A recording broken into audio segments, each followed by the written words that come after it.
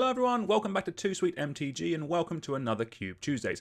Today we're going to be going over another big update that I'm making to my cube. Actually, this is probably the biggest update I have ever made to my cube in one go. I think it's about 77 cards or so about 15% of my 540. What I'll do today is give an overview of the changes that I'm making, kind of the reasons why, what things have worked, what things haven't worked, and what I'm hoping to get out of all these changes that I'm going to be making. Okay, so we've jumped over to Cube Cobra. On screen here, this maybe board here is everything I'm going to be adding to my cube. Everything in red is coming out.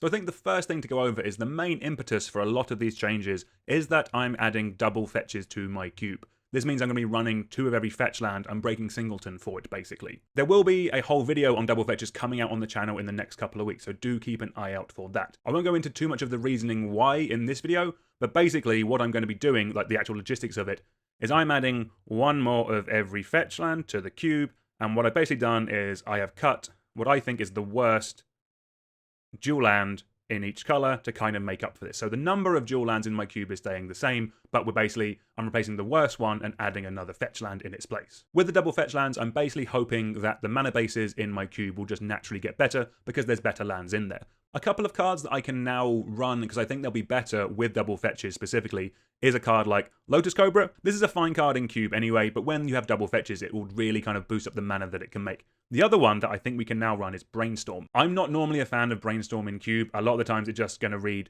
draw a card, look at the top 2 cards, you're Brainstorm locked in. You're not going to be able to kind of change them. With double fetches, you can do the fancy legacy thing of draw 3 cards, put the worst 2 back on top of your library, and then shuffle them away and get a new card on top. That could be quite cool, actually being able to do that little interaction. The other thing I'm hoping to kind of bring with this is also make a new archetype. So in Golgari, I'm trying to do like a sacrifice lands matter type strategy. So we have cards like Squandered Resources and the Gitrog monster coming in, along with Titania, Protector of Argoth, the one that makes 5/3s whenever a land goes to the graveyard that you control. In general, in my cube, people have really liked the land strategies, but it does need a little bit of a push to kind of make it as competitive as some of the other decks. So by adding land cards like Titania and like Zuranorb and like Augur of Autumn and Titania, Voice of Gaia, and the flip, Argoth Sanctum of Nature, maybe we can do some melding in there. I think this will be a big, cool addition to the cube. Another card that I'm adding in for the lands deck, and I know this one hasn't actually come out yet, I think it's still a month away, but we're going to try out Thalia and the Gitrog monster. Just as a body, this is an obscene card. 4 mana, 4/4 first strike, Death Touch is going to be insane in my cube, I think. And the fact it does both the things that Thalia and the Gitrog monster are really good at, so it will control your opponent's board, slow them down, let you play additional lands per turn, and also that lets you sacrifice stuff for more value. We love all of that. Currently in my Golgari section, I've been trying to do like a delirium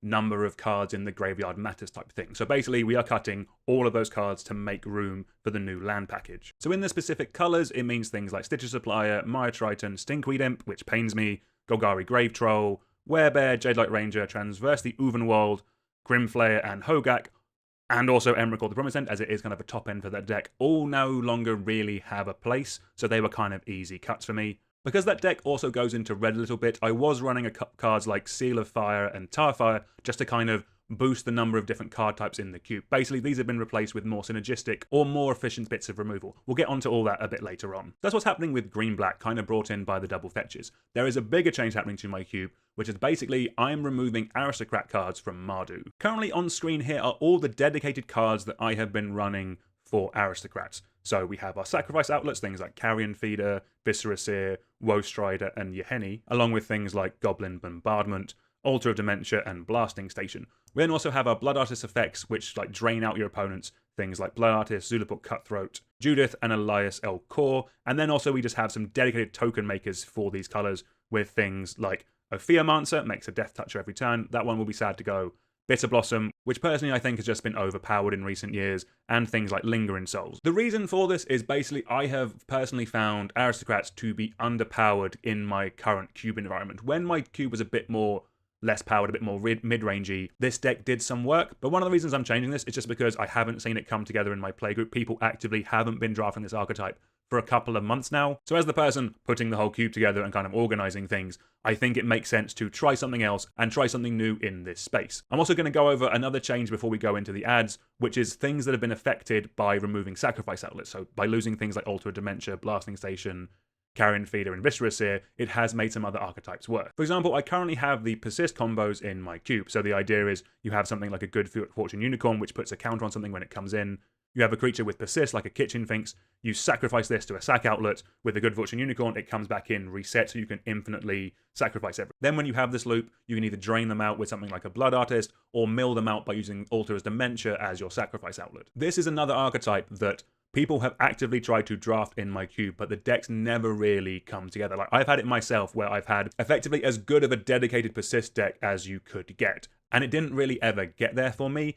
The other thing as well, which my playgroup has brought up, which I do think is completely fair, you have to run a lot of bad cards to make this work. Like, Vizier of Remedies is not a good creature in cube if you don't have anything else to kind of combo with it or to do anything with it. Like, Anafenza is fine in a mono-white deck, but things like Putrid Goblin doesn't really do much by itself. Bazzi's Lieutenant is fine, but again, you're running it for that combo potential.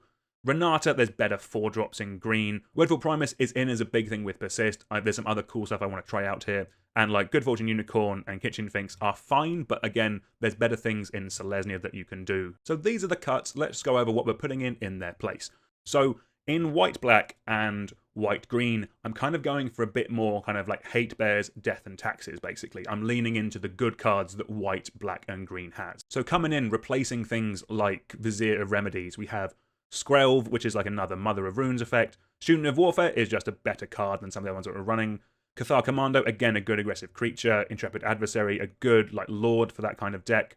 Archon of Emeria, this leans way more into the Death and Taxes thing than some of the other cards in here. This copy of Remand is not going to be a copy of Remand, it's going to be the white one from the Lord of the Rings set. Again, that doesn't actually come out for like 2 months, but it's a simple card that people can get their head around. I'm going to proxy it up and give it a test. I think it will be very good. For the Death and Taxes deck specifically, in Orzhov, we also have things like Misery Shadow, which I think could be quite good. We have Torak Dread Cantor, we have Graveyard Trespasser, just basically just good, solid cards that muck up your opponents a little bit. And also Plague Engineer, I think, is a good answer to some other decks out there. In the actual guild colors, to kind of show this off as a new archetype, we have something like Zealous Persecution, which is a nice little buff for your team, and a mini board wipe for your opponent. And then we have Kambal, which basically punishes your opponent whenever they cast a non-creature spell. I think this little package in white-black makes it do something more interesting and something more powerful, and I personally think is a nice counterbalance to some of the other strong combos that are still in the cube right now. We'll do Selesnya next, as I've already kind of gone over some of the white cards. So while Orzhov is more Death and Taxes, kind of like punishing your opponent while pushing you ahead,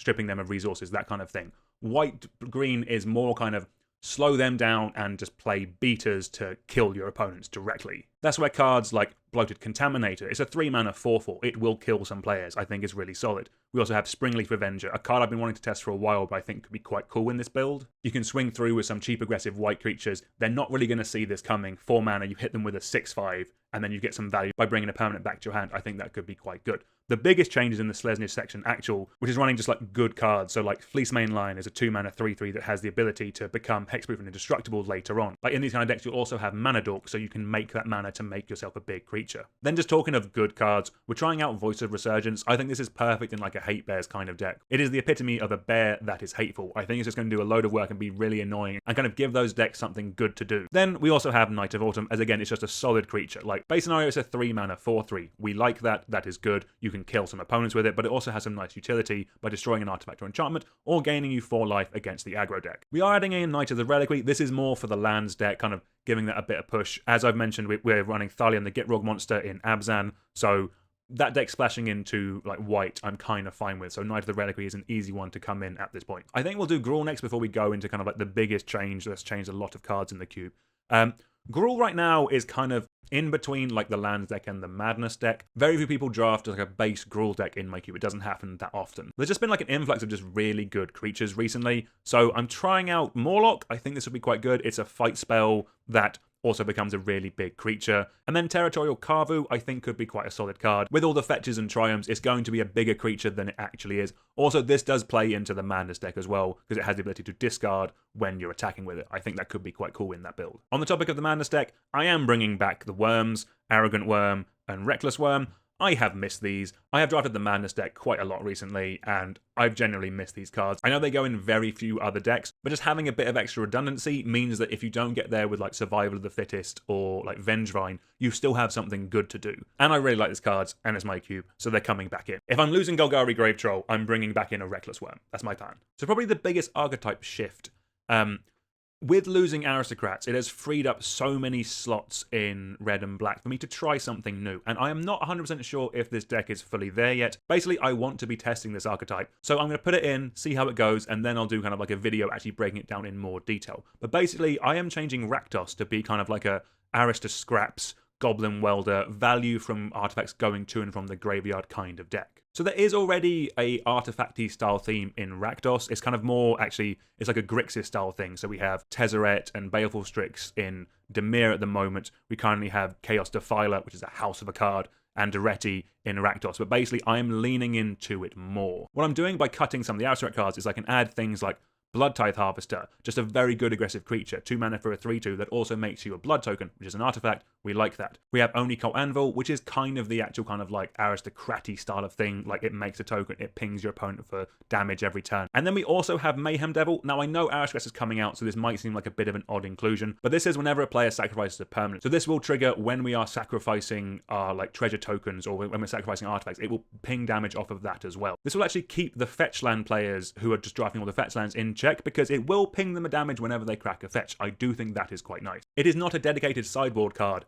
but it will do a lot of work in those matchups, so I do quite like that. To go with this, to basically be like the artifact version of a Blood Artist, we are also trying Disciple of the Vault. Again, this could be a little hateful because it also triggers off your opponents putting artifacts into the graveyard. They will still lose a life off that, but I think that makes up for this just being a 1-mana 1/1. I think that could work out fine. To then really help out the strategy, I've then pumped the cube with more artifacts. So we have a card like Triarch Praetorian. It is a fine artifact flying creature. It'll get some damage through. We can sacrifice it and then unearth it back to draw 2 cards later in the game. I think that could be quite nice. We then also have Royal Warden, which I think could be quite good. 5 mana for a 3/2 that comes in with 2/2 Black Necron Warrior tokens. I think will be good. They are all artifacts. We like all of that. Also, the unearth ability could be quite fun. And then we also have Flexion, Flesh Gorger. I think this will be fine. There is the ability to do a bit of flickering in my cube, like ephemerating this could be quite fun. You play it as the 3/3, ephemerate it, comes back as a 7/5, or you put it into the graveyard and then you reanimate it later as a 7/5. I think that could be quite good with all the other artifact stuff we're going to be doing. For a bit of card draw, we have Deadly Dispute. This card's doing a lot of things in a lot of different formats. I think it could be quite good.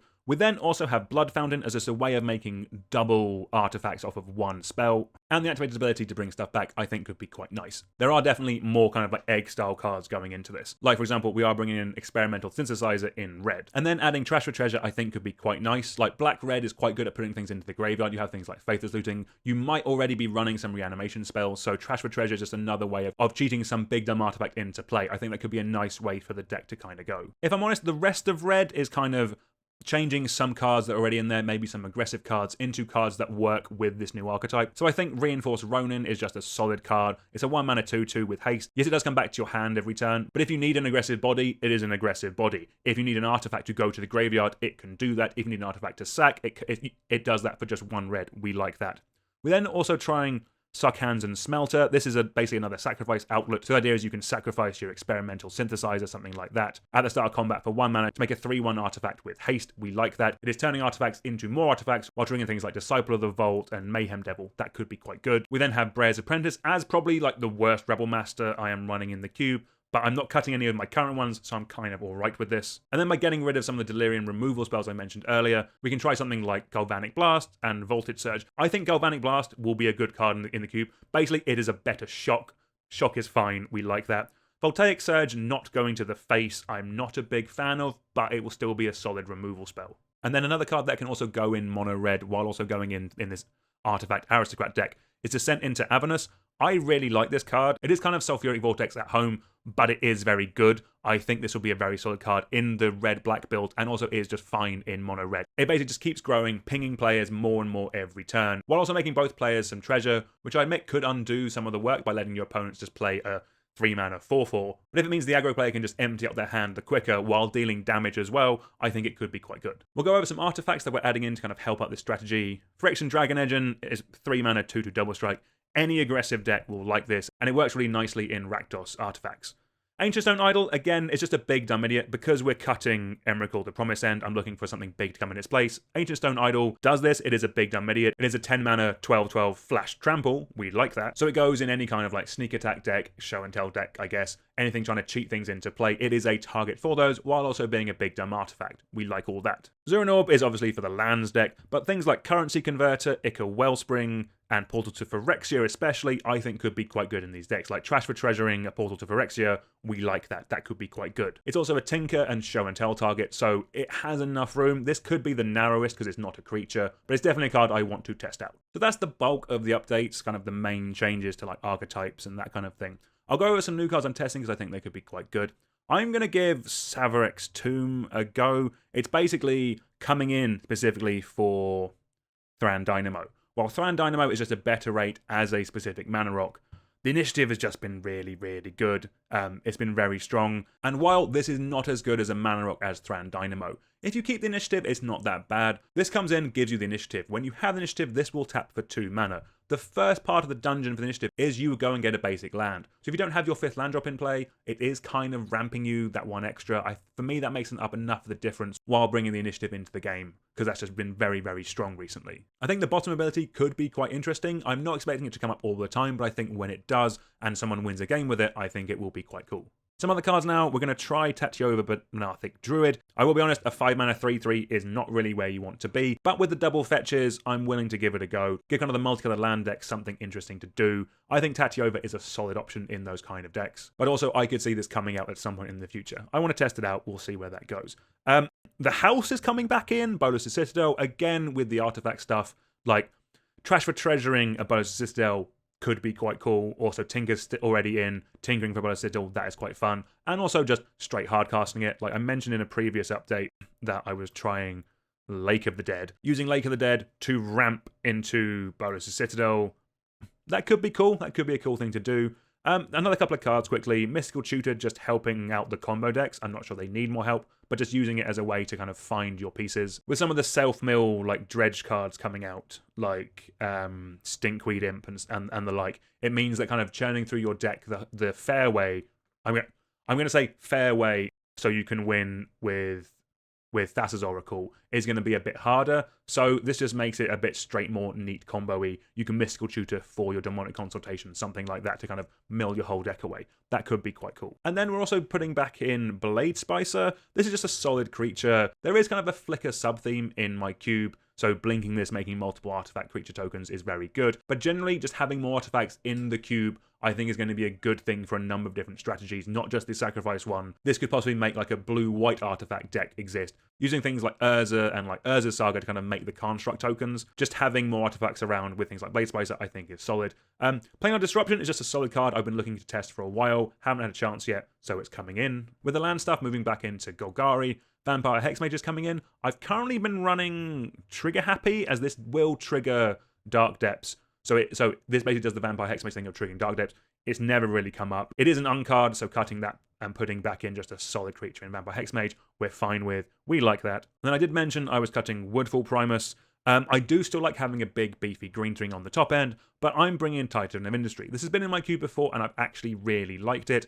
Cutting the big persist lad, but for this, I'm perfectly happy with. I think it's 1 less to cast. It is 1 less to cast. And I've generally found it'll kill your opponent just that little bit quicker than the Woodfall Primus. Cool, so I think that is everything. This is the biggest change I've ever made to my cube in one go.